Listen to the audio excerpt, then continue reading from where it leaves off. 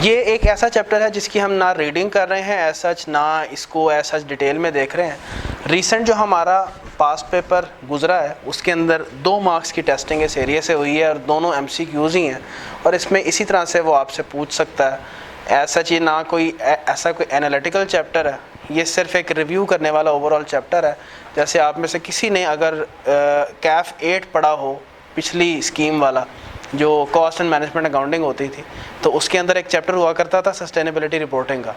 ये बिल्कुल उसी नोयत का चैप्टर है कि जिसके अंदर, जिसे कहते हैं ना, उस्ताद भी सारे कहते हैं कि टोटल बकवास है, और इसके अंदर ऐसी ऐसी चीज़ें हैं कि जो बंदा कहता है कि सिर्फ रीडिंग वाली चीज़ें हैं।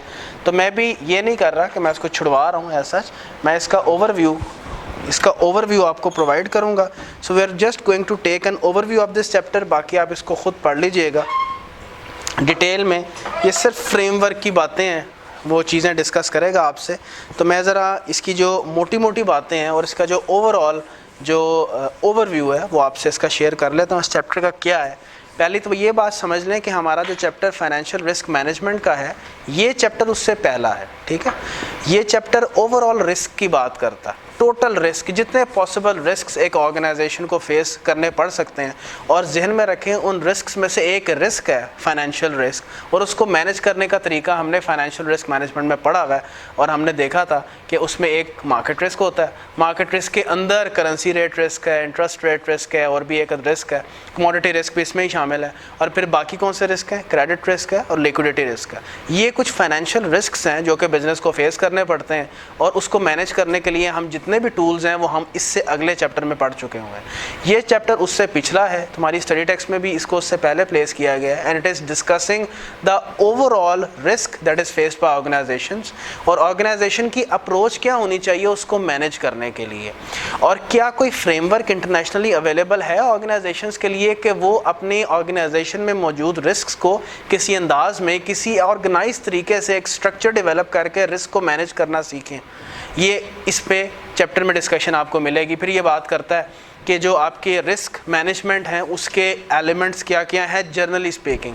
फिर इसके अंदर उसने एक फ्रेमवर्क आपके इस चैप्टर में रखा हुआ है, बिल्कुल ऐसे ही फ्रेमवर्क सर जी जैसे मैंने आपसे कल या परसों या तरसों की क्लास में डिस्कस हो रहा था। मेरा ख्याल है हम किस चैप्टर में बात कर रहे थे, चैप्टर नंबर 4, उसमें कोविड का जिक्र है। ISACA या ISASA एक इंटरनेशनल बॉडी है जिसने कोविड का फ्रेमवर्क डिज़ाइन किया है कि आपके ऑर्गेनाइजेशन में क्वालिटी ऑफ कंट्रोल्स और इंटरनल कंट्रोल्स को अप्लाई करने का एक फ्रेमवर्क उसने डिज़ाइन किया हुआ है। जिस तरह से IASB ने IFRS डेवलप किए हुए हैं, एक फ्रेमवर्क है IFRS का फ्रेमवर्क, जिसके तहत आप फाइनेंशियल रिपोर्टिंग स्टैंडर्ड्स जो हैं वो उसको फॉलो करते हुए फाइनेंशियल स्टेटमेंट्स बना सकते हैं। बिल्कुल इसी तरह से उसने इस चैप्टर में एक फ्रेमवर्क रखा हुआ है, उसको कहते हैं ISO का 31,000, ISO 31,000 का फ्रेमवर्क। बिल्कुल ऐसे ही जैसे तुमने सुना होगा प्रोडक्ट्स के ऊपर भी मेंशन होता है कि ISO 9001 का स्टैंडर्ड है, ISO 9002 है, इस तरह से डिफरेंट स्टैंडर्ड्स होते हैं। ये क्वालिटी के डिफरेंट स्टैंडर्ड्स होते हैं। तो इसी तरह से एक स्टैंडर्ड जो कि इसने बतौर फ्रेमवर्क आपके इस चैप्टर में प्लेस किया हुआ है और उस फ्रेमवर्क के ऊपर डिस्कशन की हुई है। बिल्कुल ऐसे ही समझो जैसे तुम IAS 1 में IFRS फ्रेमवर्क नहीं पढ़ते कि ये फ्रेमवर्क क्या कहता है, तो इसी तरह से इस चैप्टर के अंदर ISO 31,000 का फ्रेमवर्क, उसके ऊपर बातें की हुई हैं कि ISO 31,000 क्या बात करता है कि आपका रिस्क मैनेजमेंट के एलिमेंट्स क्या होने चाहिए। रिस्क मैनेजमेंट अगर आपने करनी है तो उसके किन उसूलों के ऊपर रिस्क मैनेजमेंट का फ्रेमवर्क डिज़ाइन होना चाहिए, यानी कि आप किस रिस्क मैनेजमेंट सिस्टम को कह सकते हैं कि ये एक इफेक्टिव रिस्क मैनेजमेंट सिस्टम है। अगर उसमें ये प्रिंसिपल्स हैं तो फिर उसको कह सकते हैं कि ये इफेक्टिव है।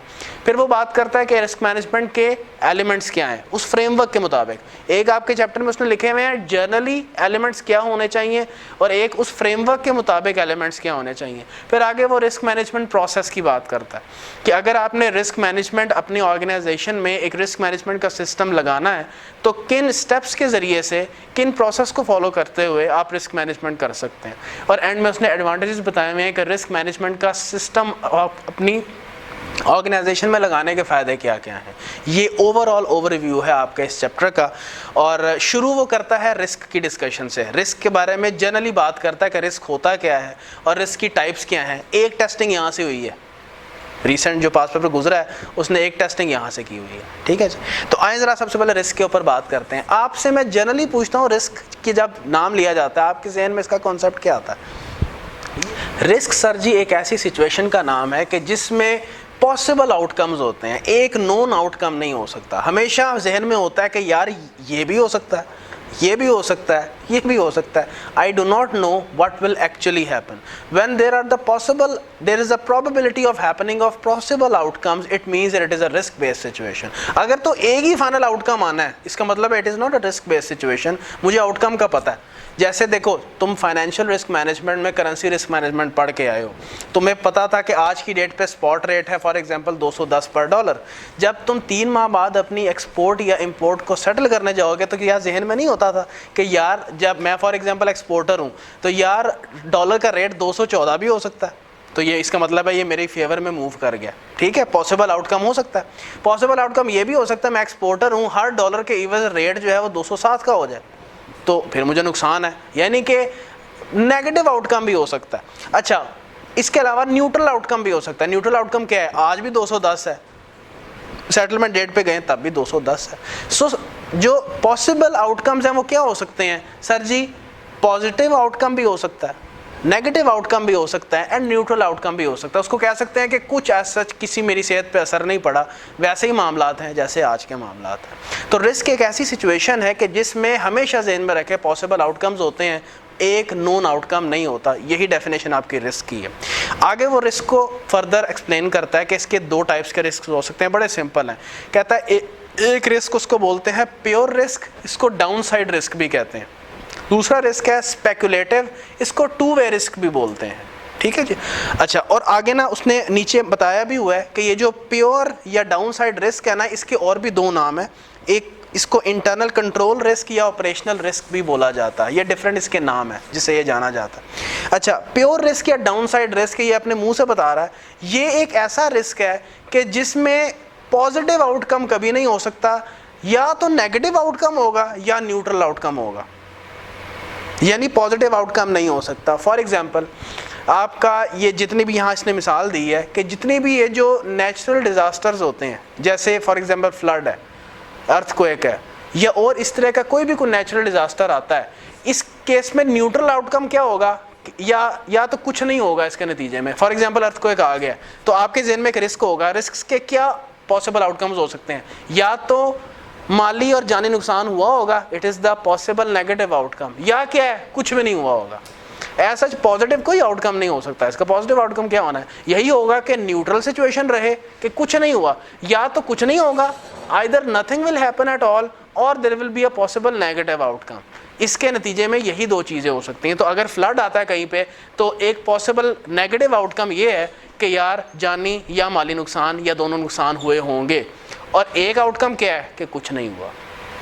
इसको पॉजिटिव नहीं कह सकते। ये आपको ज़्यादा समझ आएगा जब मैं अगले रिस्क पे जाऊँगा। ठीक। अच्छा, और इसके बारे में वो ये बात करता है, इसको इंटरनल कंट्रोल रिस्क इसलिए बोला जाता है कि इसको मैं कंट्रोल कर सकता हूँ bye implementing the different controls with in your country. For example flood से बचाने के लिए आप अगर पूरे कंट्रोल्स लगाएं, अर्थक्वेक्स, फायर का एक रिस्क है कि फायर अगर आग लग जाती है कहीं पे तो इससे 2 पॉसिबल रिस्क अराइज हो सकते हैं, 2 पॉसिबल आउटकम्स हो सकते हैं कि या तो इससे नुकसान हुआ होगा या कुछ नहीं हुआ होगा, बस यही हो सकता है। यही 2 पॉसिबल आउटकम्स हैं, इसके अलावा आउटकम कोई नहीं है। या आग लगने से मेरी प्रॉपर्टी डबल हो गई, ऐसा हो सकता है? नहीं, पॉजिटिव आउटकम नहीं हो सकता इसमें कोई ऐसा।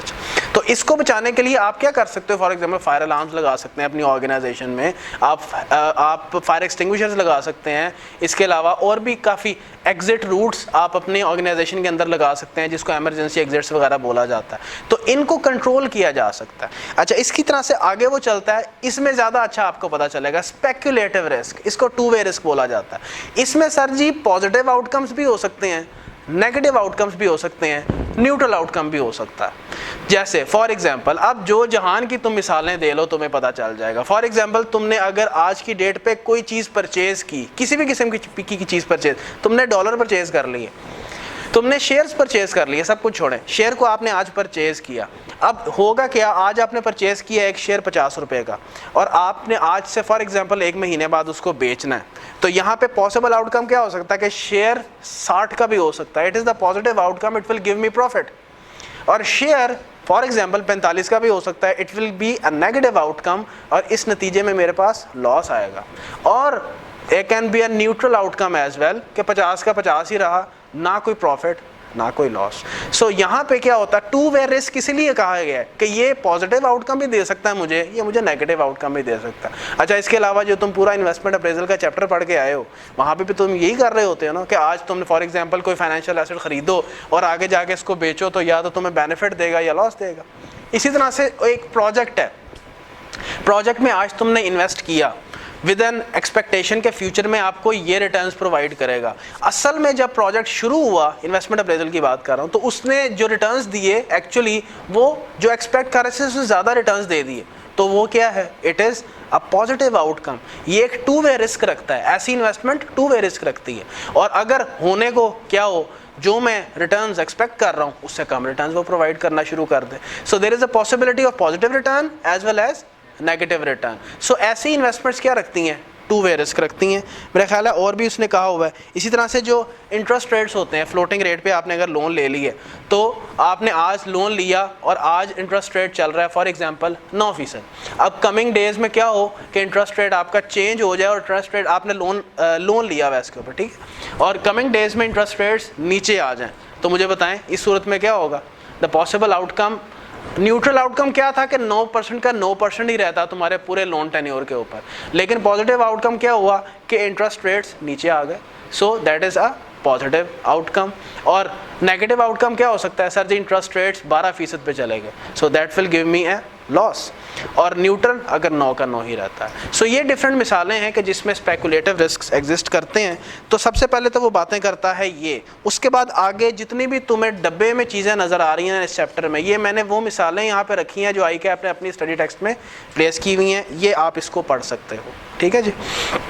अच्छा, आगे वो डिस्कशन आपको करता हुआ नज़र आएगा रिस्क मैनेजमेंट के ऊपर कि भाई हर ऑर्गेनाइजेशन में रिस्क एग्जिस्ट करते हैं, डिफरेंट कैटेगरीज के रिस्क एग्जिस्ट करते हैं, और अकॉर्डिंगली बोर्ड ऑफ डायरेक्टर्स के ऊपर इस चीज़ की रिस्पॉन्सिबिलिटी होती है कि वो इन रिस्क को आइडेंटिफाई करने में, इनको असेस करने में, इवेल्यूएट करने में और मिटिगेट करने में कुछ ना कुछ सिस्टम लगाएं और अपनी एफर्ट्स जो है इस तरफ एक्सर्ट करें।